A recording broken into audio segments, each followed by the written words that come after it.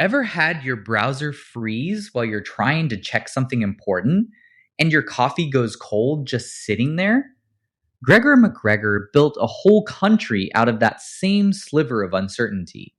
In the 1820s, he sold Poyais as a real Central American state, not as a joke, not as a rumor, but as a place you could invest in, move to, and apparently trust with your money. He gave himself the title Cazique, which sounds like it ought to come with a seal, a parade, and a very confident hat. More importantly, he wrapped the whole thing in paper that looked serious. Maps and land grants, a guidebook, newspaper interviews, leaflets, flyers, and even songs. Maps, flyers, interviews, guidebooks, songs. The campaign kit was the point. The guidebook laid out climate, crops, and settlement life as if the place had already been surveyed and filed away. And the joke, if you can call it that, is that the paperwork did most of the crime here. Not because paper is evil, because paper can travel where reality hasn't shown up yet. And he didn't sell just one version of the lie. If you were a would-be settler, he sold you land and a future. If you were an investor in London, he sold you Poyais bonds, debt papers tied to a country that didn't exist. A bond is just a promise to pay money back with interest. So in plain English, he was asking people to lend money to a country that was still being invented. That's the part that still makes my head tilt. One fiction, two different markets. He aimed at people hoping to build a life and people hoping to make a return. And both groups were meant to see the same shine from different angles. Why did that work? Because the 1A220s were a perfect storm for this kind of fraud.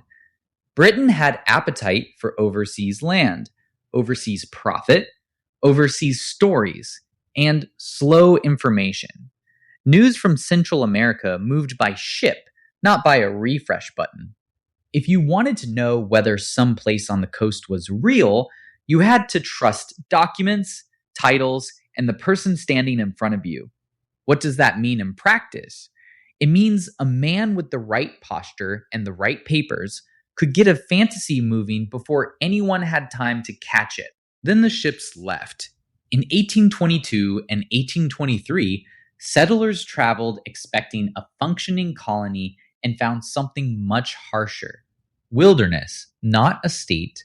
Trees, not streets. Ruin, not opportunity.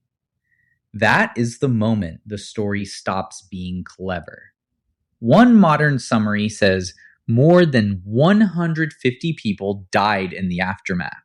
Another account says fewer than 50 made it back to England. Those counts measure different things, and the records are patchy, which is part of the horror. But the shape doesn't change. People believed a place existed, paid to get there, and discovered they'd been sold a sentence dressed up as a destination. And that's why Poyais still matters. It's an early, clean example of narrative-driven fraud, where the story itself becomes the product. MacGregor didn't need a functioning colony at the start. He needed documents that made the colony feel inevitable. He didn't need the truth to be widely known. He needed the lie to be well formatted. That sounds funny until you realize how often our own lives run on versions of that same instinct. The trust you give to a form, a logo, a polished email, a deadline, a page that looks complete. A lot of scams don't begin with a scream. They begin with something that looks ready. A confidence game is just trust with a trapdoor under it. The beauty of Poyais, if you can call anything about it beautiful, is that it shows the mechanism in plain view.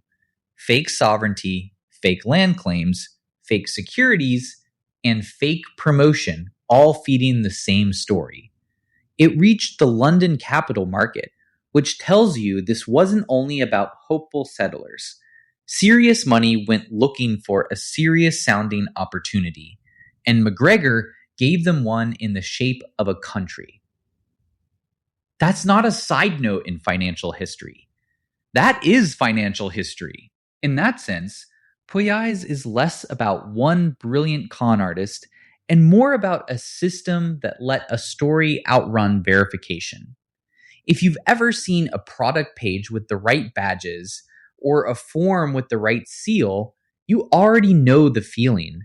You don't need to be a specialist to feel it, just a normal human instinct to trust what looks settled. That's why the case keeps showing up in fraud history. It shows how institutions can be impersonated before they are disproved. The other reason historians keep coming back to it is that the details refuse to let you get lazy. MacGregor was a Scottish adventurer with a talent for self invention, and when the scheme was exposed, he didn't turn into a cautionary statue and disappear. He kept moving, kept trying new angles, which tells you the scam wasn't a single burst of dishonesty, it was a method. It also sits right at the intersection of colonial ambition and speculative finance, which is why it feels bigger than a weird footnote. Britain's hunger for expansion made the promise sound plausible. The market's hunger for return made it sound profitable. So if I'm telling this to one person, I'm not trying to make you paranoid. I'm trying to make you a little harder to fool in the exact places that feel most natural to trust. The world is full of things that look ready before they're real. And Poyais is the old, ridiculous, tragic proof. That frozen tab, cold coffee feeling is exactly the crack Poyais slipped through. MacGregor turned it into a country.